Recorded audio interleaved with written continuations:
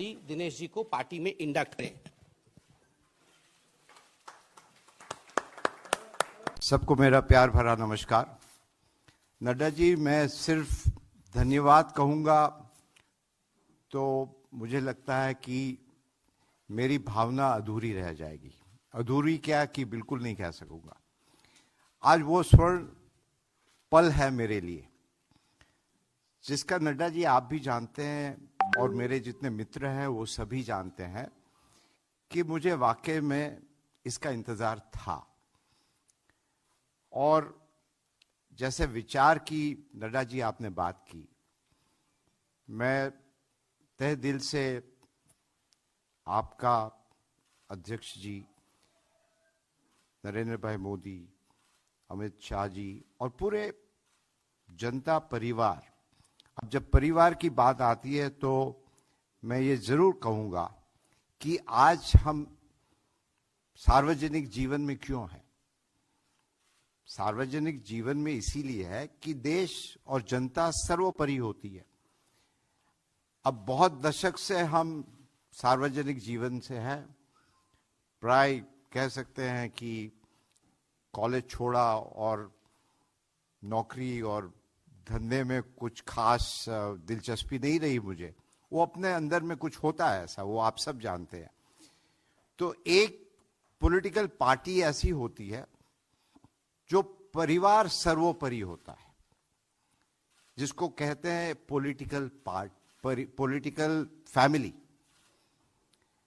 और मैं अपने तजुर्बे के साथ कहता हूं कि एक सर्वोपरि होता है कि हमें परिवार के लिए काम करना है और परिवार होता है पॉलिटिकल फैमिली, और एक परिवार होता है जनता का परिवार। और उसलिए भारतीय जनता पार्टी, तो आज मैं सचमुच ये जनता के परिवार में शामिल हुआ हूं।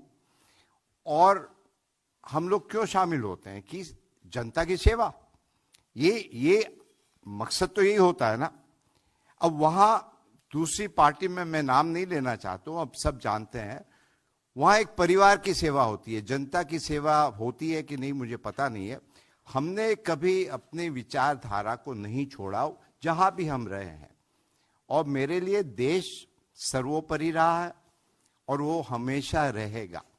यदि देश सर्वोपरि नहीं होता तो फिर आज जिस प्रकार से भारतीय जनता पार्टी आगे बढ़ रही सब जगह, हम आपको एक छोटी जो बड़ी बात है कि आज एक हमारे जो कोरोना का जो रेगुलर टेस्ट होता है, हम आपको एक उदाहरण दे रहे हैं। पीरियोडिकली कराना पड़ता है। तो आया, मैंने कहा आपका नाम क्या है? कहा मेरा रवि गुप्ता। मैंने कहा रवि बताओ क्या हो रहा है। हम ये 1 महीने पहले की बात कर रहे हैं। वो तो रवि कहता है कि बहुत अच्छा हो रहा है देश में, और कहता है कि आज हमारा सीना चौड़ा हो रहा है कि पूरी दुनिया भारतवर्ष की तरफ देख रही है।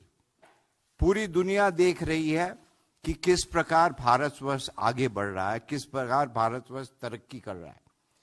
और हम जो गरीब है ना, वो हमेशा देश की तरफ देखते हैं। और हर व्यक्ति को ये एहसास है, विश्वास है कि हमारे प्रधानमंत्री और भारतीय जनता पार्टी ये देश को सुरक्षित रखेगी। आज हम पायलट भी रहे हैं। मेरा एयरफोर्स में काफ़ी हमारे मित्र हैं। बहुत सारी अंदर की जब बात पता चलता है, वो कहते हैं कि इन दिनों ऐसे वाक्य हुए कि हमारे पड़ोसी मुल्क वो हिंदुस्तान को बहुत सीरियसली लेने लगे हैं। वो कहने लगे हैं कि ये देश जो कहता है अब वो ही करता है। अब जब बंगाल जितने भी होनहार, आप बाहर चले जाइए, हिंदुस्तान के हैं, बंगाल के काफ़ी हैं, प्रोफेसर हो, स्टूडेंट हो। और आज वही बंगाल, वहाँ के जितने लोग बाहर जाते हैं, बाहर जाना कोई गलत बात नहीं, मगर बंगाल अपने आप में सक्षम है। और आज ये माहौल बंगाल में है कि वहाँ की जनता मुझे कहती थी कि आप यहाँ क्या कर रहे हैं, हर जगह। और ये आज हम भारतीय जनता पार्टी में समावेश हुआ उसीलिए नहीं कह रहे, हम तंग आ चुके थे। हर एक व्यक्ति, पड़ोसी हो, जान पहचान वाला हो, अनजान हो, फोन करके कहता था कि यहां तो आपके लोग आते हैं, मारपीट करते हैं, पैसा मांगते हैं। एक स्कूल यदि बनाना हो और स्कूल की दीवार करनी है, वहां भी चंदा देना पड़ता है, और एक नहीं, हर रोज कोई नहीं आते।